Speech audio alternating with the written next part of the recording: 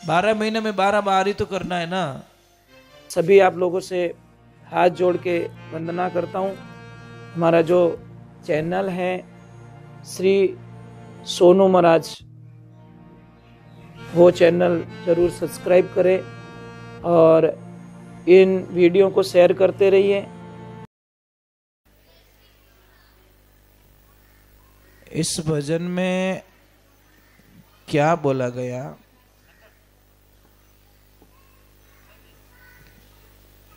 कि ले सुआ हरि नाम नाम सो तिरजासी, सगो नहीं संसार काया थारी है काची। आपको पता है इस शरीर का कोई भरोसा कर सकते हो कि इतने साल तक रहेंगे हम लोग? परंतु हम लोगों ने एक चीज देखी है, आपको अगर एक प्रश्न का उत्तर मांगा जाए तो दे दोगे आप? मैं बोलूंगा भाई कि आपको डेली 1 घंटा आपको योगा करना है, कर लोगे? योगा कीजिए। योगा करने का लोगों के पास टाइम नहीं है और थारी मारी करनो घणो ही टाइम पड़ियो।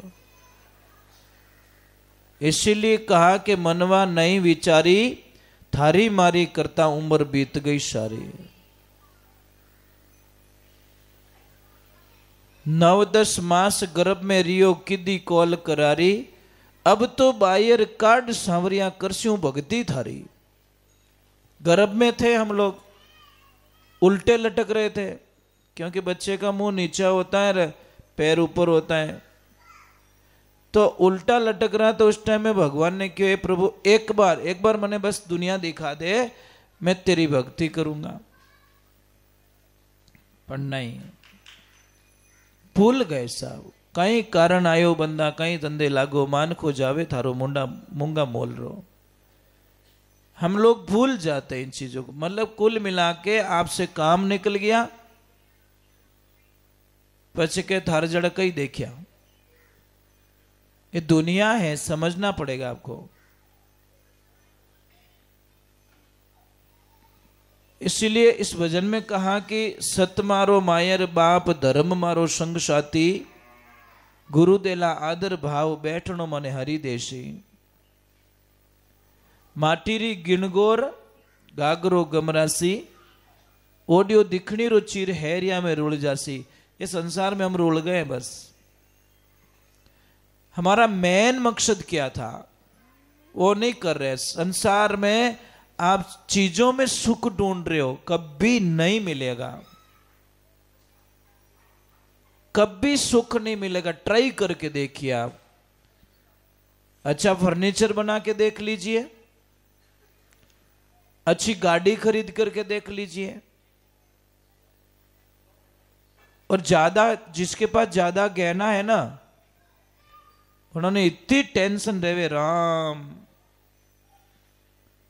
आप ट्राई करके देख लो। माताओं बहनों, आपका ओरिजिनल गहना कौन सा है पता है? आपका ओरिजिनल गहना है आपका पतिदेव। उनको तो आप अच्छे रखते नहीं हो, गहना ने कितो बढ़िया रखो। अगर आप पतिदेव से झगड़ा कर रहे हो तो कोई मतलब नहीं है। इन चीजों को नहीं समझोगे ना तो कथा में जाना, भगवान का भजन करना, ईश्वर के प्रति है, सब वेस्ट माना गया है। इन चीजों को समझना पड़ेगा आप लोगों को। और कथा क्या करती, कथा करती क्या? पहले तो कोई सास बहू थी, दोनों के बीच में इतना झगड़ा होता था, इतना झगड़ा जिसकी हम कल्पना नहीं कर सकते। हाउजी झाड़ू लेवता तो बीदनी भूंगली री ठोक देती। भूंगली में समझो, केने कहवे वो जो हमने चूल्हा में फूंक दे जगो ये वो वटाणो पड़ो इन तकलीफ रही मैंने वटी मेल तो मतलब आप कल्पना नहीं कर इतना झगड़ा तो बहू ने बोला चलो यार रोज की प्रॉब्लम ही खत्म करते हैं। इतना गुस्सा आ गया। गुस्सा कितनी देर आता? 3 मिनट। 3 मिनट का गुस्सा आपकी जिंदगी की सारी अच्छाइयों को लेके चला जाता है। गुस्सा आता अकेला, ध्यान रखना कि बहुत सारे लोगों को साथ में नहीं लेके आता। और गुस्सा आता अकेला है परंतु बहुत सारी अच्छाइयों को लेके चला जाता। देखना आप 15-20 दिन किसके साथ में अच्छे रहो और एक दिन गुस्सा करो, 20 दिन की अच्छाइयां चली गई आपकी। 20 दिन मीठे बोले, एक दिन गाली गलौज कर दिया, वो 20 दिन के अच्छा जो बोले थे ना वो भी चला गया आपका। तो बहू ने सोचा क्या रोज रोज किस्तों में मरना, चलो आज फैसला कर ही देते हैं। अब वो वहां से निकल गई घर से, पैरों में जूते नहीं है, ओढ़नी थी सिर पे और रख दी कंधों पे। और जैसे ही वो निकली, अब तो टाइम जिन्हें गुस्सा एवड़ो रहे ना वह थोड़ा धीमे धीमे नहीं हालिया करे। वो कारण है स्पीड टॉप गहरी लगे भी नहीं। कारण है किसी को ज्यादा गुस्सा आया ना उसको आप बर्तन धोने के लिए दे दो, जो काम आधे घंटा का वो आपको 10 मिनट में करके दे देगा। इतना स्पीड होना ठामड़ा। बस ये ही चीज है। अब बहू ने बोला चलो क्या रोज मरना, आज एक दिन में अपनी जीवन लीला को समाप्त कर लेते।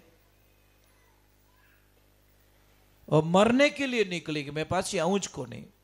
हाउ जी के वहां तू जा। और जैसे गई रास्ते में उसकी धर्म की एक बहन थी, वो मिली कि अरे भाई इतनी स्पीड उकट जाए ओढ़ तो ओढ़ ले माता माते कि भाई मारा छेला रामा सामा। कि क्यों? कि मैं मरने के लिए जा रही हूं। वो भाई बोली ठीक है, रोज मरने से बढ़िया एक दिन मर जाएगी। क्या रोज मरना है? पर वो बोली कि तू मरने जा रही कोई बात नहीं, तूने खाना खाया कि नहीं खाया? नहीं, वो बोले खाना तो नहीं खाया मैंने। अरे पागली, भूखी मरेगी तो भूतनी बनेगी तू। बोला ऐसा है क्या? हाँ, भूखा नहीं मरना, रोटी खाने पचे मर दूं। और वो भाई बोली मैं कुछ सत्संग का प्रसाद लेके आई हूं, कथा में गई थी, कथा में से प्रसाद लेके आई हूं, ये प्रसाद ले ले और फिर खा के मर जाना। अब जैसे उसको लड्डू दिया, 1 लड्डू खाया, 2 खाया, वो बोली भाई लड्डू छोका है, कटु लाई क्यों? वहां कथा चल रही है, वहां से लेके आई। और तू जा वहां पे पहले खा लेना फूल फिर मरना। और जैसी कथा में गई वहां पे बैठ गई शांति से। अब प्रसाद आया तो प्रसाद वाले ने बोला कितना दूं? वहां के जोड़ी भर दे। भर दी जोली, बराबर खाई। उसने बोला मरना कैंसल। इतना बढ़िया प्रसाद यहां मिल रहा है, कौन मरे भाई? अब सारे लोग चले गए। वो लास्ट में गुरुजी के पास में गई। गुरुजी को बोले गुरुदेव मेरी एक प्रॉब्लम सॉल्व कर दीजिए आप। कि क्या बेटा? कि कुछ नहीं, मेरी एक प्रॉब्लम है कि मारे हाउ पुअर बीच में लड़ाई गणी रेवे। तो गुरुजी ने बोला कोई बात नहीं, इजीली है, ये तो मैं कर दूंगा, पर मारो क्या नो थने मानना पड़ी। कि कैसे? कि तुझे करना कुछ नहीं, तू वापस घर पे जा, जैसे तेरी सासू मां कुछ बोले 1 गिलास लेना, 5 बार राम राम बोलना और मुंह में पानी भर दीजिए, मुंह में पानी भर देना, पीना मत। जब तक तेरी सासू चुप ना रहे ना तब तक पीना मत पानी को, या नीचे भी मत गिराना। कि इससे क्या होगा कि 6 महीने में तेरा इलाज पक्का। तारा हाउ जी की नहीं कहवे तने, ये गारंटी मेरी। अब गुरुजी ने बोला, उसने विश्वास कर दिया। अब जैसे ही गई सासू मां को तो बहुत क्रोध आया हुआ था, पर जैसे ही गई उसने कुछ नहीं किया। सासू मां जैसी बोलने लगी, वो तो पानी लियो 5 बार राम राम बोले, मुंडा में पानी भर दियो। अब सासू मां बोल रही है कि इसको हो क्या गया है, मैं एक बोलती हूँ ये तो 5 बोलती है सामने, आज बात क्या, ये बोल नहीं रही है। अब हाउ जी थाका, चुप हो गए। जैसे ही गुस्सा करती सासू मां, वो तुरंत पानी पी लेती है, पानी भर लेती मुंह में। ऐसे करते करते 15-20 दिन हुआ, महीना हुआ, और सासू मां आके पैर पड़ गई कि बेटा तू जीत गया, मैं हार गई, पर तू वो बता कि ये सिस्टम कहां सीख के आई। वाक्य मारा गुरुजी कने, गुरुजी कन जाए ना, हाउ जी क्यों बाबूजी इन्हें बणाई जड़ी मनी बनो। तो ये एक कथा का प्रभाव है। आप 10 दिन अच्छे लोगों के साथ में रह के देखो, आपकी भाषाएं बदलेगी। जैसे बच्चे को देख लो ना, आप इंग्लिश मीडियम में जाए तो वो इंग्लिश मीडियम की बातें करेगा, A for apple, B for ball बोलेगा ना। आप ट्राई करके देखिए, आप जैसी संगति वैसा वैसा काम होगा। तो एक मेरी प्रार्थना है, सबसे पहले अपने जीवन में संगति अच्छी करने सीखो। कौन आपको प्लस पॉइंट में ले जा रहा है? दोस्त वो अच्छा नहीं होता जो हमें गलत रास्ता दिखाए। दोस्त वो अच्छा होता है जो गलत रास्ते जाने से हमको बचाए। वही तो सच्चा मित्र है। सच्चा दोस्त कौन है? जो आपको गलत रास्ते नहीं जाने दे, वो आपका परम मित्र है। वो नहीं चाहता कि मेरा दोस्त कहीं गलत रास्ता पकड़ ले। तो अभी प्रश्न वापस कथा में आ रहा है, तब तक मैं एक प्रश्न कर देता हूं आपको। ये जो माला है ना, माला ये 108 मणकों की क्यों है? 109 की भी हो सकती थी, 115 की भी हो सकती। इसका रहस्य क्या है? कोई न कोई तो लॉजिक है ना, कुछ तो है इसमें। अब मैं आपको बहुत अच्छी बात बता देता हूं इसके बारे में। क ख ग ग किने आवे कि नहीं आवे? कका बरकड़ी आवे? आवे कि नहीं आवे? मुझे इतना बताओ कि ब अक्षर कितने नंबर पे आता है? क ख ग ग में कितने नंबर पे आता है? एक बहुत बड़ी राज की बात बताता हूं मैं, बहुत बड़ी राज की बात। आप बताइए कितने नंबर पे आता है? पता है किसको? वो आता है 23 नंबर पे, 23 पे। कितना ब आएगा ना, वो 23 पे आएगा। और र आएगा 27 पे। तो 23 और 27 कितने हुए? 50। और ह आएगा 33 नंबर पे, 33। तो कितने हुए? 83, 83 हुए। और म आएगा 25 नंबर पे। तो 83 और 25 108 हुए। बस मैं यही काउंट समझाने। ब्रह्मा, ब्रह्मा, ब्रह्मा ही 108 चीज की काउंटिंग है। आपने कभी काउंटिंग नहीं किया होगा। हर बात के पीछे एक कोई न कोई सिस्टम होता है। उन चीजों को हम समझते नहीं है। अब भगवान की कृपा होती है, ईश्वर की कृपा होती है। सूत जी महाराज वापस कहते हैं, प्रश्न आता है परीक्षित जी कौन थे, उनका क्या लीला है, उनका क्या विवरण है। तो सूत जी महाराज कहते हैं कि पांडव वंश के अंतिम वारिस जो परीक्षित जी महाराज है, जिनके माध्यम से पूरी भागवत, उनके निमित्त ये भागवत की गई है। पांडव और कौरव को बीच में युद्ध होता है। आखिर में कौरवों की हार हो जाती है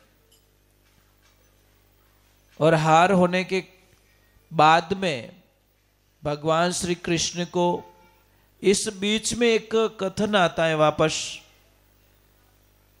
भीष्म पितामह इतना भयंकर युद्ध करने के लिए निकल गए थे, तो उन्होंने बोल दिया था कि कल तुम्हारी विजय निश्चित है। किसको? कौरवों को। तो दुर्योधन ने बोला कि मैं आशीर्वाद दीजिए कि कोई बात नहीं, सुबह भेज देना तेरी पत्नी को, तुझे इतना विश्वास मेरे पे नहीं तो मैं उसको आशीर्वाद दे दूंगा। और सुबह की बात थी। रात को भगवान श्री कृष्ण द्रौपदा के पास आते और बोलता जल्दी चल मेरे साथ में, कि कहां चलना करे तू चल, दूसरी बात छोड़ दे। और भगवान एक नॉर्मल रूप बनाते और द्रौपदा जी के साथ में जाते हैं। तो उनको एक ही बोला कि जाके प्रणाम कर लेना, दूसरा काम समेट लेंगे। और जैसे ही जाके प्रणाम किया भीष्म पितामह को, भीष्म पितामह ने डायरेक्टली उन्होंने सोचा भाई वो दुर्योधन की पत्नी आई है, तो डायरेक्ट बोल दिया अखंड सौभाग्यवती भव, मुंह से शब्द निकलवा दिया। जैसे ही घूंघट हटाया तो द्रौपदा रे बोला तू? हाँ पितामह में आ गई। अब तो आप तो बोल तो दिया, आपके वचन जा तो नहीं सकते। देखो सबसे पहले सिस्टम क्या था, पहले जो वचन दे देते ना वही एग्रीमेंट था। लिखा पड़ी तो हमें करनी पड़े, बदल जावे जिनो बोला आदमी रो आदमी माथे भरोसो को नहीं। पहला टाइम में कोई ताला लॉक नहीं लगते थे दरवाजों को, घरों में कोई लॉक नहीं था क्योंकि सब डरते थे। ये प्रॉब्लम तो अभी शुरू हुई है, पहले कोई लॉक नहीं था, कोई सिस्टम नहीं था। तो भगवान की कृपा देखो। फिर बोले तुझे कौन लाया? कि मेरा गोपाल भैया है ना, क्या बुला तेरे गोपाल भैया को, मुझे पता चल गया। जाके भगवान को देखा, हे प्रभु क्या कर दिया कि बस आपने बोल दिया वो पक्का है। तो उनको वचन दिला दिया। तो भगवान श्री कृष्ण ने जब पांडवों का कौरवों का विनाश हो गया, दुर्योधन बचा, दुर्योधन का भी विनाश हो गया, तो अश्वत्थामा को इतना क्रोध आ गया तो उसने बोला पूरे पांडव वंश को खत्म कर देता हूं। 5 बाण तो चला दिए पांडवों की तरफ, ब्रह्मास्त्र चला दिया उत्तरा के गर्भ पर कि इनका वंश से विनाश कर देता हूं। परंतु भगवान ने दोनों तरफ दोनों की रक्षा की, पांडवों की भी रक्षा की, सुदर्शन चक्कर चला के उनको बचा लिया। और इधर भगवान ने सुदर्शन चक्कर उस चक्कर से भगवान ने उत्तरा के गर्भ को भी बचा लिया। उससे राजा परीक्षित का जन्म होता है। वही राजा परीक्षित, उनको श्राप लग जाता है।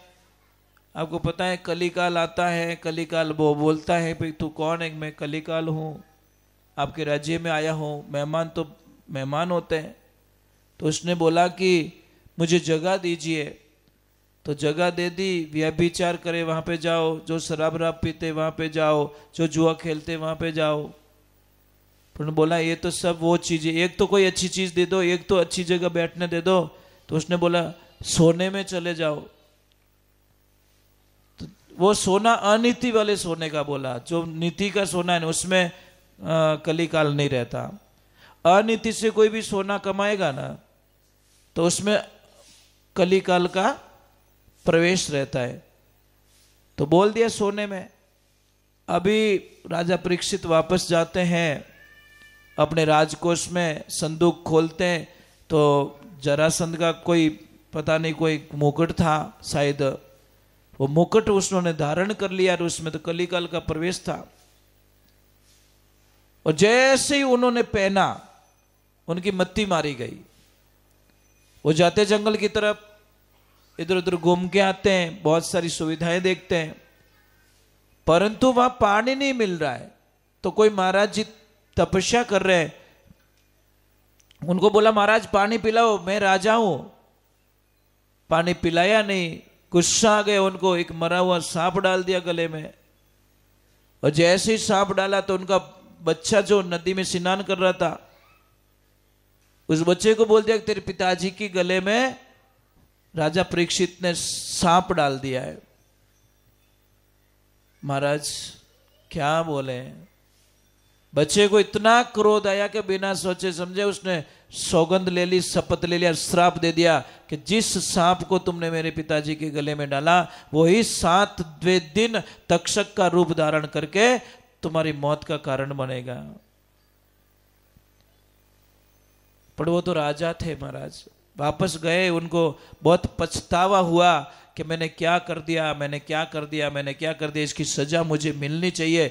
इतने में तो मैसेज आ ही गया कि राजन आपको श्राप लग चुका है और 7वें दिन आपकी मृत्यु हो जाएगी। देखो मौका दोनों के पास में है, कंस के पास में भी मौका था, उसको भविष्यवाणी हो गई थी कि देवकी का 8वां पुत्र तुम्हें मारेगा, तो उसने उसको खोजने में 20 वर्ष लगा दिए यही ढूंढने के लिए, और राजा परीक्षित को 7 दिन का मौका मिला है, 7 डेज में अपनी मुक्ति कर दी। बोले परीक्षित जी महाराज की। तो ये भगवान की भक्ति का आनंद लेना है। चाह रहे हो क्यों आज जल्दी? हाँ जी, हाँ पढ़ाते रहो आप बच्चों को। ये जिजियन बहुत पढ़े लिखे हैं, बहुत ज्यादा पढ़ाई की है इन्होंने। हाँ लीजिए लीजिए, बच्चों का भविष्य सुधारो आप। ये भी एक तपस्या ही है, ध्यान रखना। आप भी तप कर रहे हो, इसमें कोई शंका नहीं है।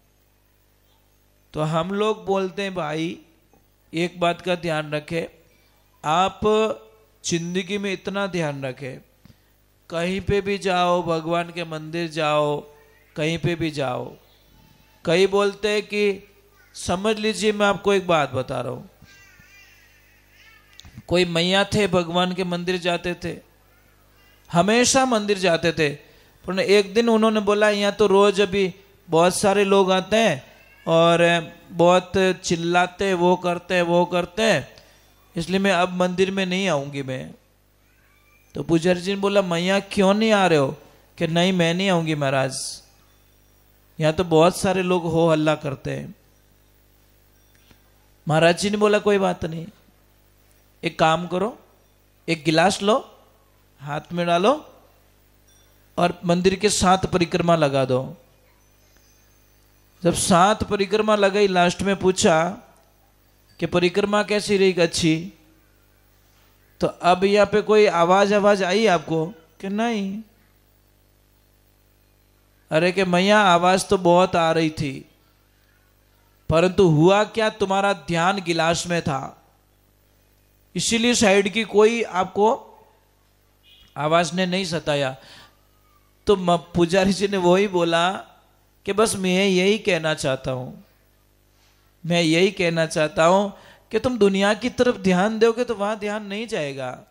जैसे गिलास में ध्यान था तुम्हारा, पानी गिर ना जाए, पानी गिर ना जाए, पानी गिर ना जाए। आप दुनिया की परवाह छोड़िए, आप यहाँ पे सेवा करोगे ना तो भी आपको लोग नाटकबाजी बताएंगे। ये कारण है, आप कोई भी शुभ कार्य करो तो लोग कहीं के मंठा है, इन्हें लाल लाल कीन की है, कोई न कोई स्वार्थ है। आप किसके बारे में ये चीजें बोलते रहोगे? आप सबसे पहले बच्चों की तरफ ध्यान दीजिए। हम लोग कहते हैं कि बेटी को दहेज देने की कोई आवश्यकता नहीं है। लोग तो बेटी रे दहेज देवे, इतना तोड़ा होनो दियो, गाड़ी दी, एक प्लॉट दियो, बहुत दियो। अरे उसकी जरूरत नहीं है बेटी को, जरूरत है उसको पढ़ा लिखा के इतनी बड़ी बना दो और इतनी ऊंची डिग्री दिला दो कि तुम्हारी चीजों की आवश्यकता ना पड़े। पर हम लोग क्या कर रहे हैं? उसको चीजें दे के उसकी जिंदगी को खुश रखना चाहते, वो क्या करेगी? सारी चीजें दूसरे लोग यूज करेंगे ना, पर उसकी डिग्री तो कोई दूसरा यूज नहीं कर सकता। तो पढ़ाओ और उनको कैपेबल बनाओ कि नहीं ये कर सकती है। हर मोड़ पे आपको दिक्कत होगी। कई लोग क्या करते पता है, दूसरों के कहने से बच्चों की पढ़ाई छुड़ा देते हैं, दूसरों के कहने से। तो दूसरों के कहने से तो पढ़ाई मत छोड़ाओ भाई। गलती कोई एक कर रहा है तो उसके पीछे दूसरे की लाइफ खराब मत करो। कई जगह हम लोगों ने देखा। आप लोगों से मेरा निवेदन है कि जिंदगी में किसका अच्छा हो जाए तो ठीक है, नहीं किसका बुरा मत करना। ये जीवन में यही सीख मिलती है हमें। आप किसी का बुरा मत कीजिए प्लीज। कर्मों रा भारा नहीं बांधना। क्या मतलब निकालोगे आप?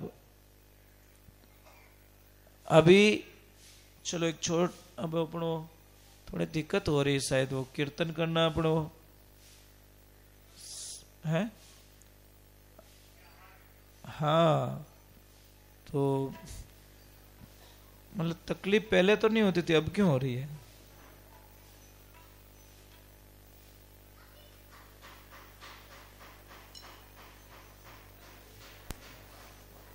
कया बड़ों ने? हाँ जी, हाँ नहीं वैसे कम कर दिया था।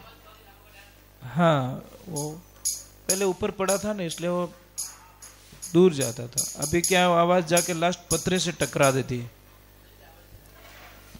थोड़ा लारे आवाज आवे बटे, आवाज आ रही है आपको? बस ठीक है। चलो एक बार थोड़ा जय बोलते, बोले श्री भगवान की। भगवान के नाम का रस पीजिए। और किन किन ने पिया वो इस भजन के माध्यम से आपको, कीर्तन के माध्यम से बताते हैं।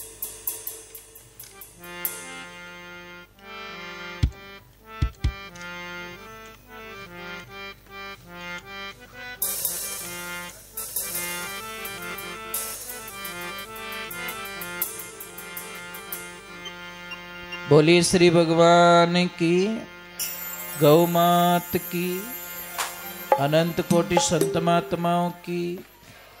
एक थोड़ा मेरा निवेदन था आपसे कि जो आपका जन्मदिन लोग मनाते हो, आप लोग,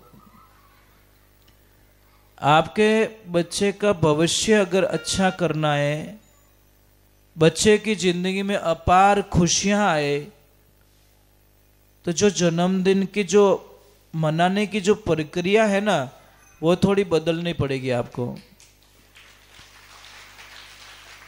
उस प्रक्रिया को बदल दीजिए। एक केक काट के फूंक मार के बड़ा अशुभ माना गया वो, तो वो चीज मत कीजिए आप। इतनी जन्मदिन की खुशियां मनानी है तो बच्चे के हाथ से कोई प्रसाद लेके आओ और लाओ, और गाय माता को ग्रास दे के जन्मदिन मनाओ। ट्राई तो करके देखो आप।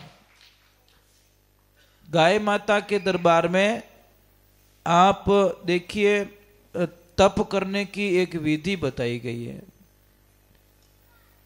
कि घर में जो तप करते हैं ना, घर में, तो वो तो है ठीक है करते हैं, उससे भी ज्यादा फल मिलता मंदिर में। उससे कई गुना फल ज्यादा मंदिर में मिलता है, और उससे भी कई गुना फल नदी के किनारे मिलता है। नदी के किनारे कोई माला फेरते ना, उससे ज्यादा प्राप्त होता है। और उससे भी ज्यादा तप अगर कोई समुद्र के किनारे करता है तो और ज्यादा फल मिलता है। और इससे भी ज्यादा अगर आपको फल लेना है तो आप गौ जहाँ गया मैया रहती है वहां पे जाके तप करो। आपको इतना फल मिलेगा जिसकी कल्पना नहीं कर सकते, आपको कल्पना नहीं कर सकते। भगवान को प्रश्न किया गया नहीं कि भगवान आप कहाँ मिलते हो, तो भगवान ने बोला बोलो कहाँ मिलना चाहते हो आप, मेरे घर में मिलना चाहते हो या फिर मेरे ऑफिस में। तो भक्त ने बोला प्रभु आपके भी घर और ऑफिस दोनों है क्या, कि हाँ भैया मेरे भी घर और ऑफिस दोनों है, कोई पर्सनल काम हो तो ऑफिस में मिलो और मेरे से प्रेम है तो मेरे घर पे मिलो।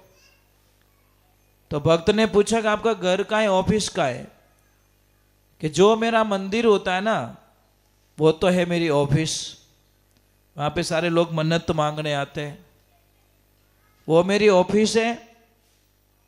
और मेरे घर पे अगर मुझे मिलना है तो जहां गैया मैया रहती है वो मेरा घर है।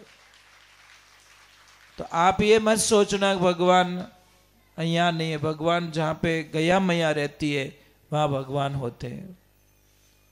आप एक बार ट्राई करके देख लीजिए। मैंने कई बार आप लोगों को बताया है कि अगर आपके बच्चे को पढ़ाई नहीं आ रही है, बच्चा पढ़ाई में बहुत कमजोर है, आलसी है, याद करना चाहता याद रहती नहीं है, करना कुछ नहीं है, वो सिस्टम आप यहां पे कर सकते हो। आपका बच्चा इतना जोरदार पढ़ेगा जिसकी कल्पना नहीं, इतनी मेमोरीज बढ़ जाएगी उसको। करना क्या है, यहां पे आना है आपको पूर्णिमा के दिन। कब आना है? पूर्णिमा के दिन सुबह आना है और यहां पे बोल के जाना है कि हमको शाम को दूध चाहिए थोड़ा। समझ में आ रही है कि थोड़ा दूध चाहिए हमें। यहां पे तो सब देसी गैया भैया, कोई दिक्कत नहीं है। तो शाम को जब दूध निकाले ना तो उनको बोला निकाला हुआ दूध नहीं चाहिए हमें, हमें निकाल के दो हमारे सामने। और जैसे ही दूध निकालने वाले दूध निकाले, आगे वाले जो थन है ना उसका दूध चाहिए, पीछे वाले थन का दूध नहीं चाहिए। और आगे वाले थन का दूध लीजिए, घर पे जाइए, खीर बनाइए, ड्राई फ्रूट डालिए, 3 से 4 घंटे तक उस खीर पे चंद्रमा का प्रकाश पड़ने दो और वो खीर उस बच्चे को खिलाओ जो पढ़ाई में एकदम कमजोर है। अरे आप हमें याद करोगे जिंदगी में कि गुरुजी क्या मतलब हमारे जीवन में खुशियां, ये कितना बच्चा अच्छा पढ़ रहा है, कितनी मेमोरीज इसको याद रह रही है। 12 महीने में 12 बार ही तो करना है ना। और आप एक चमत्कार देखिए, हमारे वेद पुराणों को नहीं मानने वाले उनको कहते हैं कि वैज्ञानिकों ने अब पता लगा है कि चंद्रमा पे 15 दिन का दिन होता है, 15 दिन की रात होती है, ठीक है। पर हमारे तो करोड़ों वर्ष पहले बोल दिया कि 15 दिन वहां पे रात होती है, 15 दिन दिन होता है। करोड़ों वर्ष पहले लिखा हुआ है अंदर सारा। और अभी जो इसरो के जो प्रमुख है उन्होंने पूरी स्पष्टता की नहीं कि हमने शास्त्र के अनुसार काम किया, जो आपका शास्त्र है उसके अनुसार हमने काम किया और हम सफल हो गए। उन्होंने बोला, उनके इंटरव्यू में बोला गया। अंदाज लगे शास्त्रों में करोड़ों वर्ष पहले ये जो बातें लिखी ना, ये लाखों वर्ष पहले लिखी है। अब सूर्य ग्रहण चंद्र ग्रहण होता है तो पंचांग में तो पहले ही लिख दिया जाता है, लिखी उड़ो रेवे कि नहीं रेवे, वही इतना भजन इतना मिनट हो, इतना भजन इतना मिनट में तो खत्म रह जाए। क्या काउंटिंग है उनकी। इसरो ने जो नासा है ना, नासा अमेरिका का, उन्होंने ऋषि भारद्वाज ऋषि का ग्रंथ वहां पे मंगाया। भारद्वाज ऋषि कौन थे? जो आकाश मार्ग से आना जाना करते थे, वो सारी टेक्निक थी उनकी, साधनाओं के माध्यम से वो विमान उड़ाते थे। तो नासा ने वो मंगवाया वहां पे कायदेसर, और उसके ऊपर रिसर्च कर रहे हैं। तो हमारे ये जो वेद पुराण है ना, ये एकदम सटीक है, इनमें कोई फेर नहीं है। पर मानने वाला मान लेता, नहीं मानने वाला नहीं मानता। इसलिए मानो भाई, मानो जो रियलिटी उसको मानना पड़ेगा, और नहीं मानोगे तो एज यू लाइक भाई, जैसा चाहते हो वैसा करो। अपन एक ध्यान रखे, घर में कभी भी आप भोजन प्रसाद बनाते हो ने, उगाड़े माते कभी भोजन नहीं बनावना। समझ में आई ना? उससे बड़ा अशुभ होता है। मैं तो कहता हूं बच्चियां भी, कोई अगर कोई लड़कियां भी भोजन के लिए बना रही है तो उनको चुन्नी रखनी चाहिए। और नियम क्या कहता है, जैसे कथा में जा रहे हो ना तो भी चुन्नी ओढ़ के आओ, डायरेक्टली मत आओ, अपराध लगता है। पर इन चीजों को समझने में वक्त लगेगा। नियम तो देखो अभी बहुत सारे हमारे मंदिरों पे मतलब एक नियम लागू कर दिया है रूपाराम जी। नियम लागू किया कि भाई कि यहाँ पे कोई पैंट पहन के नहीं आएगा।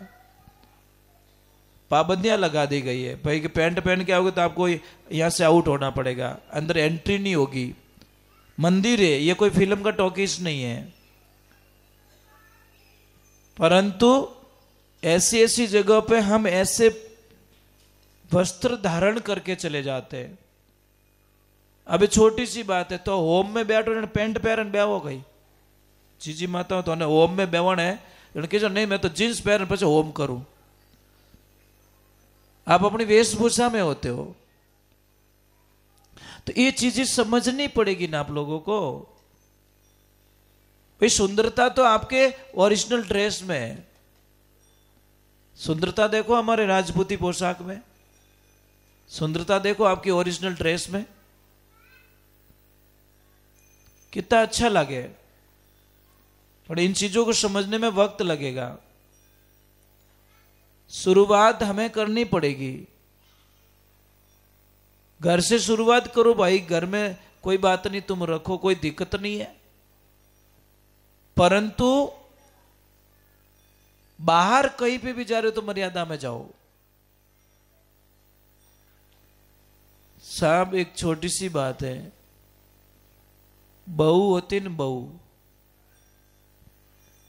आपका बेटी आपको कॉल करती है कि पापा मम्मी मैं बहुत खुश हूं, मेरे पतिदेव अच्छे, सासू अच्छी है, वो अच्छे अच्छे, मुझे अच्छा रखते, मुझे घुमाने के लिए ले जाते हैं। तो आपके मुंह पे ऑटोमेटिक खुशी आ जाती है कि हमारे पावना ठीक है, हमारे व्यवसाय वेवण जी ठीक है, आती है ना खुशी ऑटोमेटिक। और थोरो बेटो थोड़ी बीदड़ी कटे फेरन ले गो रहतो, मतलब प्रॉब्लम ही है। आपकी बेटी को आपका जमाई घुमाने के लिए ले जा रहा है, कोई दिक्कत नहीं है, पर आप रो बेटो आप बहू ने कटे घुमाने वास्ते ले जाओ तो कहें कि हमारा बेटा ने वश में कर लियो। ये भला आदमी। मतलब मुझे एक चीज समझ में नहीं आई, अभी तक काउंट कर रहा हूं कि अपनी बेटी के लिए तो इतनी कामनाएं और बहू के लिए कुछ भी नहीं है। देखो भाषाएं भाषाएं है ना, भाषाएं क्या क्या करवाती है। कहीं पे मैं नाम नहीं लूंगा, दो बहू है, तो छोटी वाली एक दिन कहीं लेट उठ गई, भाऊ जी कोई बिना नियम रहता तो कोई अपशब्दों नो प्रयोग कर दियो बहू रे वास्ते। मैं तो बोल भी नहीं सकता वो शब्द, क्योंकि हमें पाप लगेगा। ऐसा गलत शब्द बोल दिया बहू के लिए, और ये पता नहीं डोकरी ठा को नहीं, मैं जागे रही है थारी नौनी, मछोरी जागती थी। महाराज 13 साल की शादी तोड़ दी इस लड़की ने, कट एक शब्द से कि मने इन घर रो पानी नहीं पीणो, मतलब मने इन घर रो पानी नहीं पीणो बोलो। हाँ नहीं मानी सावा, नहीं माने, कई लोगों ने समझा दिया, बोले नहीं उस घर तो नहीं जाऊंगी मैं रोज जल्दी उठती हूँ, काम करती हूँ, जनपाली लगून, एक दिन मोड़ी उठी तभी ठीक नहीं थी मारी, तो एडो शब्द बोल दीवा। अरे हाउ जी तो एड़ा चीजें जो को बीदड़ी ठाई नहीं पड़े। देखो मैं क्या बोल रहा हूं, आपसे काम होवे या नहीं होवे वो छोड़ दीजिए आप, पर बहू का दिल जीतने के लिए तो कर सकते हो ना कुछ। कोई सासू माँ थे, बहू से बहुत प्रेम करते थे, परंतु उनको पता है मेरी बहू 1 बजे सो जाती है। कोई लड़ीज क्या टोकरिया?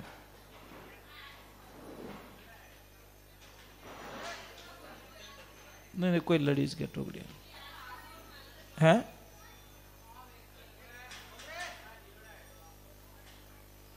माए गयोड़ा यो।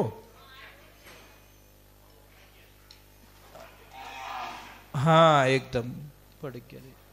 चलो चलो यूं जाए, बोलो गौ मात की। तो सासू माँ को पता था कि मेरी बहू 1 बजे 1:15 बजे सो जाती है, और जैसे सोने का उसका टाइम हुआ और मेहमान आ गए घर पे, और सासू माँ की तबीयत ठीक नहीं, तो मेहमानों को चाय तो पिलानी है। अब क्या करे, बहू को बुलाए तो अच्छी बात नहीं है, उसकी नींद खराब हो जाएगी। तो सासू माँ ने मेहमानों को बोला, अरे रुको रुको, मेरी बहू है ना, मेरी बहू के हाथ की एक बार चाय पियोगे ना तो जिंदगी भर मेरी बहू को याद करोगे आप। ये शब्द सुन लिया, अंदर सो रही थी वो, अंदर से बोली, मम्मी जी 2 मिनट रुको, मैं चाय बना देती हूं। चाय मिल गई, वो इतना सा काम था। अनहाउ जी यूं कहता, अरे पड़ी कहीं चाय बना देना, तो कैसा मजा आता। तो इसीलिए इन शब्दों में अमृत है, इन शब्दों में जहर है। कोयल वाणी बोल रे कागा, मेरा मन अब राम से लागा। आप ट्राई करके देखिए, खाली आपकी भाषाएं बदलो, कुछ बदलने की जरूरत नहीं है। और जैसे आप भाषा बदलोगे, आपके घर का वातावरण पूरा, अबे यज्ञ करवाने के बाद में आपकी भाषाएं नहीं बदलती। इन चीजों को समझना पड़ेगा हम लोगों को। एक छोटा सा भजन गा लूं क्या? कोई तकलीफ तो नहीं है? चलो।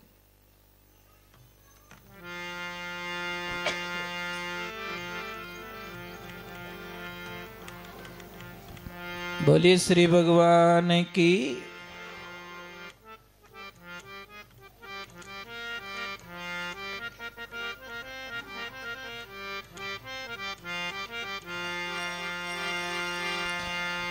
इस भगवान के, ये भागवत क्या है पता है?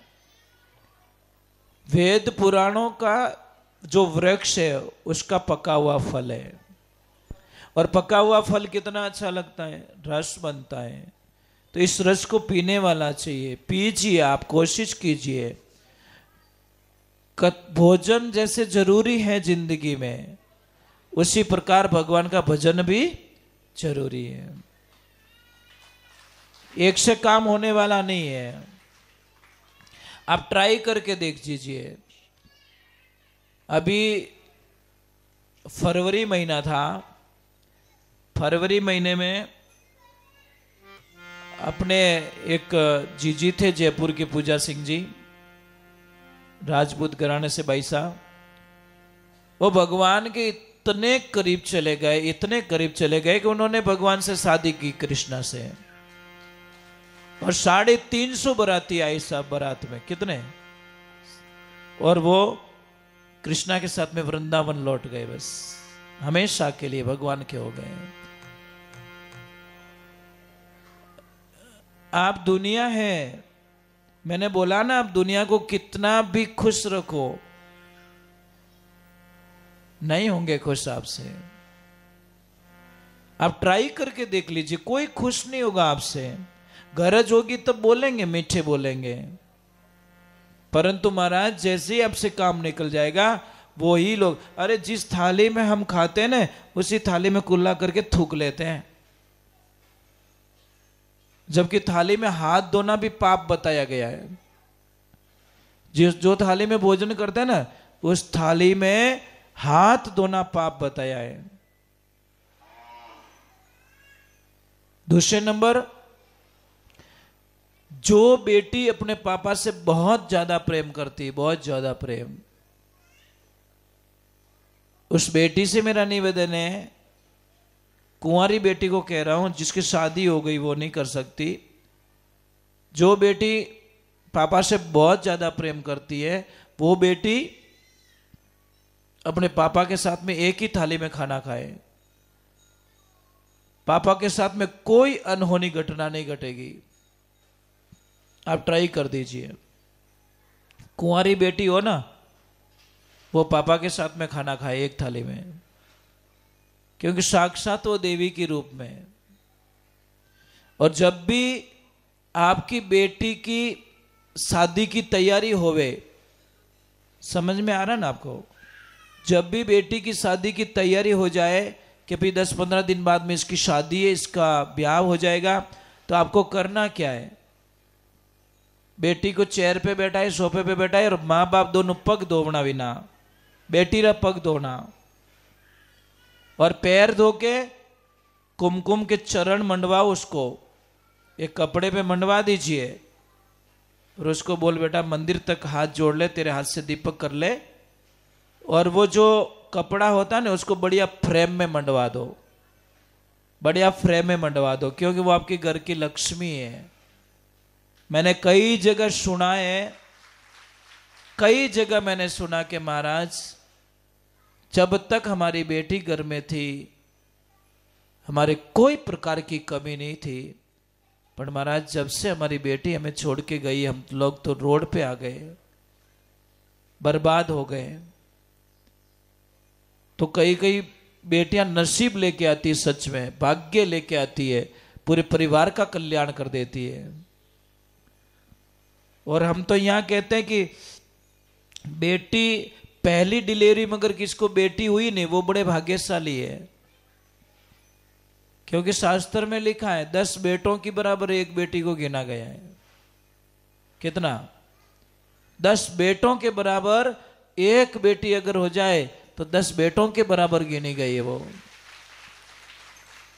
और प्रथम डिलीवरी में अगर बेटी हो गई है तो उसका जो नाला आता है, नाला, वो अगर आपके पास में है तो उसको लक्ष्मी पूजन में रखिए और भगवान के मंदिर में रखिए, आप निहाल हो जाओगे। तिजोरी में रख दीजिए उसको लाल कपड़े बांध कर। पर फर्स्ट डिलीवरी की लड़की चाहिए। तो आप लोगों से प्रार्थना है कि जो निवड़गा उन्होंने तो क्या को नहीं, जो तैयारी में चल रहे हैं भगवान से प्रार्थना कर रहे हैं कि हमके बच्चा या बच्ची चाहिए, तो लड़की मांगना पहली डिलीवरी में। भाई लड़कियों से मतलब पापा तो नाराज नहीं होते, ये तो मुझे पक्की बात है, पापा तो बहुत खुश होते हैं, पर सब मोटी ध्यान की नहीं डोकरियों रहे क्या मारे छोरी रहेगी, मारे पोती रहेगी, पोत तो चाहिए जो, अरे डोकरी तो ही छोरी जेती नहीं। व्यवहारिक बात है भाई, ये लुगायर तो एलर्जी इतनी खराब है, तो जो मिन्नक नाराज नहीं वैसा, जेंट्स लोग बच्ची के जन्म पे नाराज नहीं होते। कोई शादी हुई, शादी होते ही मतलब पत्नी ने शर्त रख ली, पति पत्नी ने, कि देखो अपनो घर है बस स्टैंड माते गांव में, तो एक शर्त है कि चाहे आपके पापा मम्मी आए चाहे मेरे पापा मम्मी आए, हम शाम को 6 बजे बाद में दरवाजा नहीं खोलेंगे। तो लड़के ने बोला यस मैं एग्री हूं, लड़की ने बोला मैं भी एग्री हूं, कोई दिक्कत नहीं है। अब एक दिन 4-6 महीने होते, पापा मम्मी कोई, लड़के के पापा मम्मी कोई सामान लेने के लिए जाते हैं और उन्होंने बोला कि लेट हो गए, आज बच्चे के यहाँ पे रुक जाएंगे, सुबह गांव को चले जाएंगे।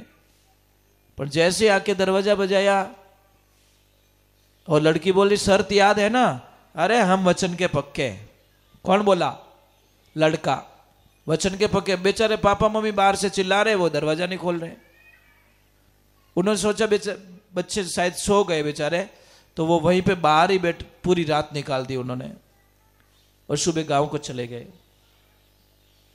2-3 महीने होते और लड़की के पापा मम्मी आ जाते हैं, और जैसे ही आके दरवाजा बजाते ना, वो लड़की आओ देखो ना, ताओ देखो, दौड़ के गई और दरवाजा खोल दिया।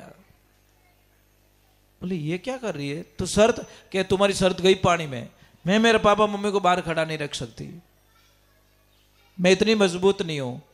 वो बोला, कुछ भी नहीं बोला उस टाइम में। अब पहली डिलीवरी में उसको लड़का हुआ, कोई खुशी नहीं। दूसरी में लड़का हुआ, कोई खुशी नहीं। तीसरी में लड़का हुआ, कोई खुशी नहीं। चौथे में लड़का हुआ, कोई खुशी नहीं। पांचवी डिलीवरी लड़की हुई, वो आदमी इतना खुश, इतना खुश, इतना खुश कि उसने पूरे गांव को 7 दिन के लिए भोजन रखा उसने। तो सारे लोग बोल रहे लड़कों के टाइम में ढूंढ तो लड़कों ही होनी चीज है, ये तो कहीं खर्चो करे। तो उसकी पत्नी ने बोला ऐसा क्यों करो, लड़की के जन्म पे इतने खुश क्यों? कि पगली मैंने ये ज्ञान तेरे से लिया, दरवाजा ये खोलेगी, ये सबूत को खोले नहीं। मैंने तेरे से ज्ञान लिया, दरवाजा ये खोलेगी। क्योंकि कोई भी लड़की हो जो सचमुच में पापा मम्मी से प्रेम करती है ना, वो उनके आंखों में आंसू नहीं देखना चाहती।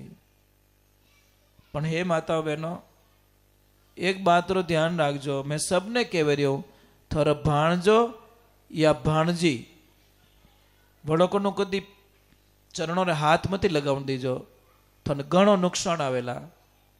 एक तो जमैसा ने पगे नहीं पड़ावनो, पावना रहे ने, उनको कभी मत बोलो कि आप हमारे चरणों को छुओ।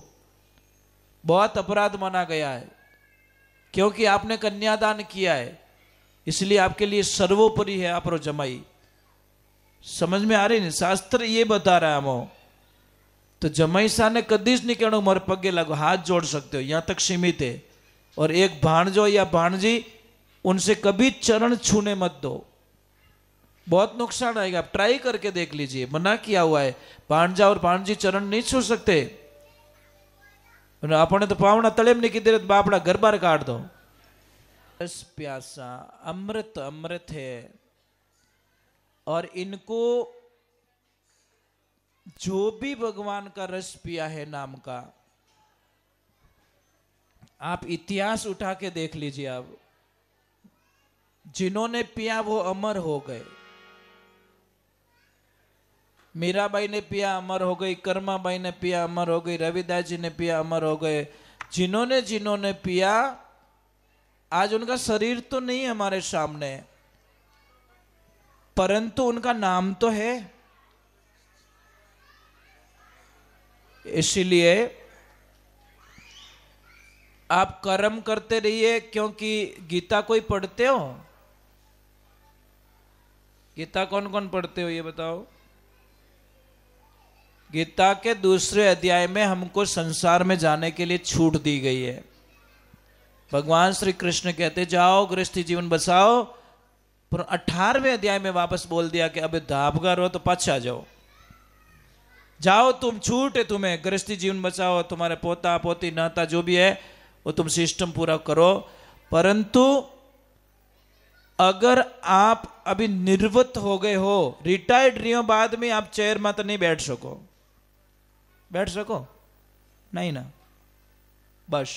तो भगवान यही कह रहे ना कि भाई आप जाओ गृहस्थी जीवन बचाओ, कोई दिक्कत नहीं है, परंतु निभाने के बाद में वापस लौट के आ जाओ।